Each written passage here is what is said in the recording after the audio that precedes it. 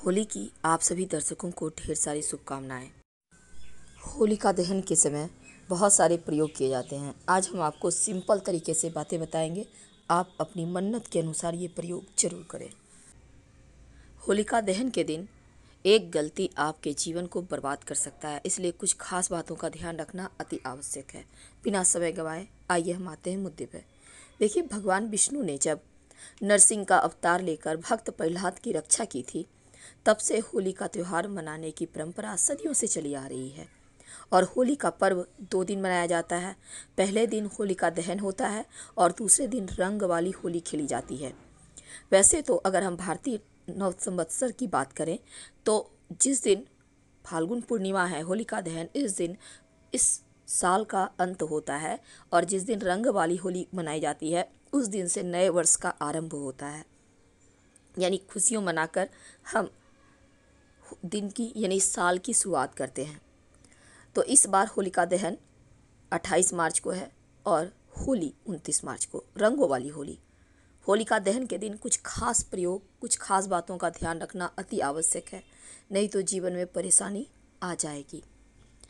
तो वो कौन सी बातें हैं जिसका ध्यान रखना चाहिए?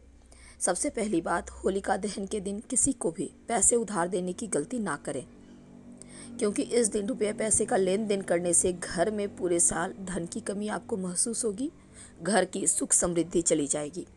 तो होलिका दहन की रात या दिन में पैसे किसी को उधार देने लेने से बचिए जहाँ तक संभव हो, क्योंकि धन बहुत ज़रूरी चीज़ है। लोग टोटके करते हैं, आपसे धन लेकर लोग टोटके करते हैं, भले ही 2 दिन बाद वापस कर दें, लेकिन आपके लक्ष्मी को आप वो प्राप्त करना चाहते हैं, आपके भाग्य को प्राप्त करना चाहते हैं, तो समझिए इशारा और किसी को भी ना दें। यदि किसी महिला का सिर्फ एक ही पुत्र है तो उसे होलिका दहन की अग्नि नहीं जलानी चाहिए, प्रज्वलित नहीं करनी चाहिए। लेकिन अगर किसी महिला को एक पुत्र भी है, पुत्री भी है, यानी 2 संतान हैं, तब होलिका दहन की अग्नि वो प्रज्वलित कर सकती हैं। इस बात का ध्यान रखिएगा। वैसे तो हर कोई नहीं करता है अग्नि प्रज्वलित, लेकिन छोटी छोटी जानकारियाँ बहुत काम की होती है, इसके आपको बेनिफिट ही मिलेंगे। होलिका दहन के दिन तमाम तरह के लोग टोने टोटके करते हैं, तांत्रिक क्रियाएं करते हैं। टोटकों के लिए प्रसिद्ध है होलिका दहन की रात। तो इस दिन सफ़ेद चीज़ मत खाइए, सख्त मनाही।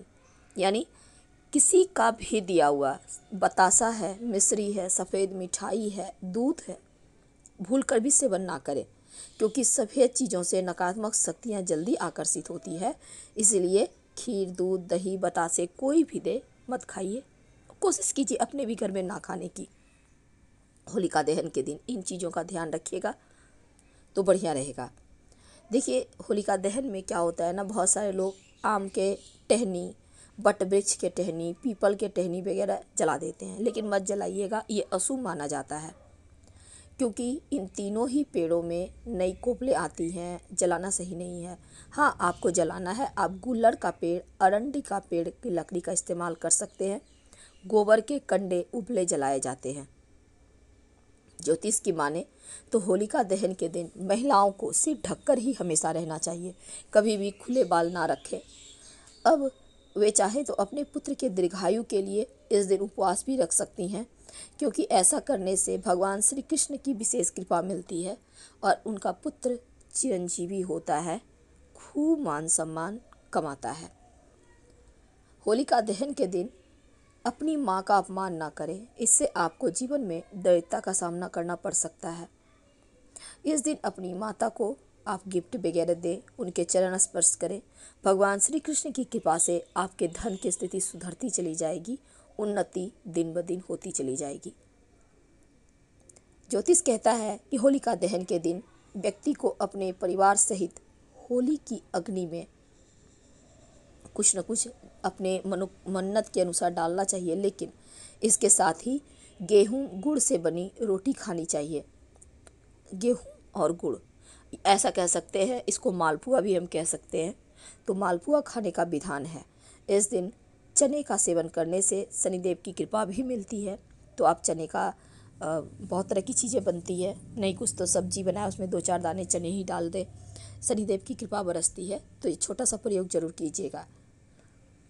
होलिका दहन का शुभ मुहूर्त इस बार, चूँकि 28 मार्च को शाम 6:36 से रात 8 बजे तक शुभ योग है और 8:03 से रात 9 बजे तक अमृत काल रहेगा।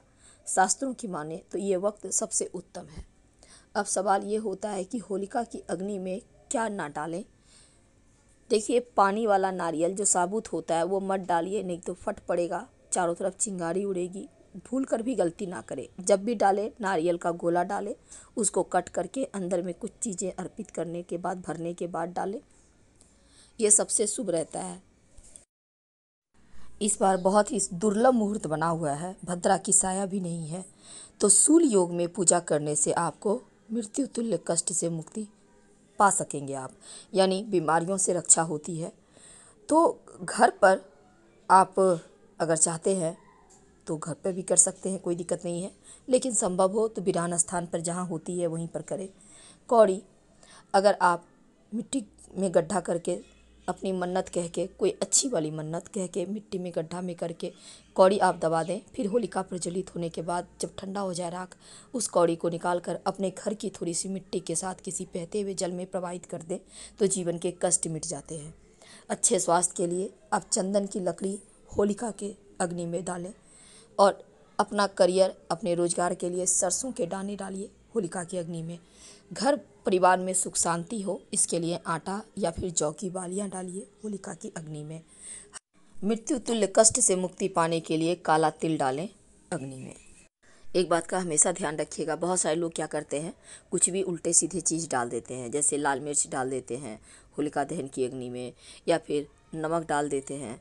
तो ये सभी उल्टे पुल्टे चीज़ ना डालें, माँ जो होलिका है वो नाराज़ हो जाएंगी। जब भी डालें पवित्र वस्तु डालें। आप पूरी रजा बलाओं से मुक्ति पाने के लिए सरसों के दाने डाल सकते हैं, काला तिल डाल सकते हैं। तो चलिए हम जान लेते हैं इस होलिका दहन में क्या डालना चाहिए। देखिए, सबसे पहली बात तो इस होलिका दहन के स्थान पर जाएं, पहले अग्नि को प्रणाम करें, भूमि पर जल डालें और फिर अग्नि में गेहूं की बालियां, गोबर के उपले और काले तिल के दाने डालें। जो आप गोबर के उपले डालेंगे ना, 7 गोबर के कंडे होंगे, इसके माला बनाकर ही डाला जाता है, इससे ज़्यादा मत लीजिएगा। अग्नि की परिक्रमा कम से कम 3 बार कीजिएगा और फिर अग्नि को प्रणाम करके अपनी मनोकामना कहें और होलिका की अग्नि की राख से स्वयं का और अपने घर के लोगों का तिलक जरूर करें। होलिका की अग्नि में क्या अर्पित करेंगे कि सब कुछ बेहतर हो जाए, खुशियाँ प्राप्त हो। सिंपल तरीके से जानते हैं।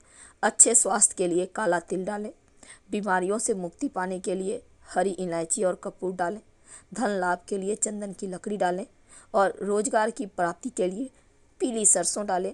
विवाह शीघ्र होने के लिए, वैवाहिक जीवन की परेशानियों से मुक्ति पाने के लिए हवन सामग्री डालें और नकारात्मक ऊर्जा से मुक्ति पाने के लिए काली सरसों, जिसको हम राई कहते हैं, उसको डाल सकते हैं। आपको इसके बेनिफिट मिलेंगे। जब होलिका दहन शांत हो जाए तब वहाँ पर से थोड़ा सा राख ले आइए, चुपके से लाना है और राख लाने से लाके अपने घर में छोटे छोटे प्रयोग कर सकते हैं। याद रखिए, इस दिन सफ़ेद चीज़ें, दूध, दही, चावल आदि का सेवन भूल कर भी ना करें। काले चने का सेवन जरूर करें और ज़रूरतमंद व्यक्ति को काला चना का दान भी कर सकते हैं। आपके संकट दूर होंगे, उन्नति के मार्ग खुलेंगे। तो छोटे छोटे प्रयोग है और इस दिन पुआ, मालपुआ आप ज़रूर खाइए, क्योंकि मालपुआ खाने से जीवन की हर परेशानी दूर हो जाती है। हम आपसे विदा लेते हैं, क्योंकि स्वास्थ्य की परेशानी की वजह से थोड़े से हम आपसे दूरियां बनाए हुए हैं। आप सभी को एक बार फिर से ढेर सारी शुभकामनाएं इस होली की। ये होली आपके जीवन के तमाम तकलीफ़ों को दूर करे। ये होलिका दहन में अपने बुराइयों को, अपनी परेशानियों को जला दें और एक अच्छी लाइफ जिएं। वैसे तो 8 पूरियों की अठावरी भी चढ़ाई जाती है और सरसों के तेल का दीपक जलाया जाता है। लाल पीला चंदन चढ़ाने का, रेवड़ी का भोग लगाने का भी विधान है। अगर आप आटे का उपटन लगाकर उस आटे को होलिका दहन में डाल दें तो स्वास्थ्य समस्या, मानसिक समस्या दूर होती है। और अगर नारियल सुपारी चढ़ाएं तो सबसे अच्छा होता है, बच्चों के सर पर संकट नहीं आता। रोग नाश, बीमारियों का नाश के लिए खास प्रयोग जरूर करें। महामृत्युंजय मंत्र का जप कर सकते हैं। धन की प्राप्ति के लिए ओम नमो धनदाय स्वाहा मंत्र का जप कर सकते हैं। होली के दिन कील का महा टोटका किया जाता है। माना जाता है कि ये कील का टोटका करने से हर मनोकामना पूर्ण होती है, चाहे आपका कोर्ट कचहरी में मुकदमा हो, संतान प्राप्ति, शत्रुनाश, जो मन में चाहेंगे वही पूरा होगा। ऐसा नहीं है कि शुभ मंगल कार्य के लिए नहीं, हर चीज़ के लिए आप कर सकते हैं। क्या करेंगे? देखिए 2 कील लेना है आपको। सुबह सुबह होलिका दिन वाले दिन, जो जिस दिन होलिका दहन होगी, आप स्नान वगैरह से निवृत्त होकर दोनों कील को लेकर हनुमान जी के मंदिर में जाए। अब हनुमान जी को धूप दीप दिखाकर पूजा करें, दोनों कील को हनुमान जी के चरण में चढ़ा दें। इसके बाद आप हनुमान चालीसा पढ़ लीजिएगा। फिर उन कीलों को उठाकर आप पूरे विश्वास के साथ भगवान को प्रार्थना करके बोलिए, आपकी क्या इच्छा है बोलिए उनसे। मन में नहीं बोलना है, बोल बोल कर बोलिए, बोलने से ही मनोकामना पूर्ण होती है। अब इन कीलों को हाथ में ले लीजिए, दाहिने हाथ से उठाकर, फिर अपनी विश बोलिए, मनोकामना बोलिए और हनुमान जी से जो भी बोलना है कहकर इसको अपने घर लेकर आप चले आइए। लाकर घर के मुख्य दरवाजे के दोनों ओर गाड़ दें या फिर आप किसी चीज़ के सहारे, काले धागे के सहारे बांध कर कहीं भी छिपा दें। आपकी मन्नत पूरी हो जाएगी, किस्मत बदल जाएगी, शत्रुओं का नाश होगा, कोई आपका कुछ बाल भी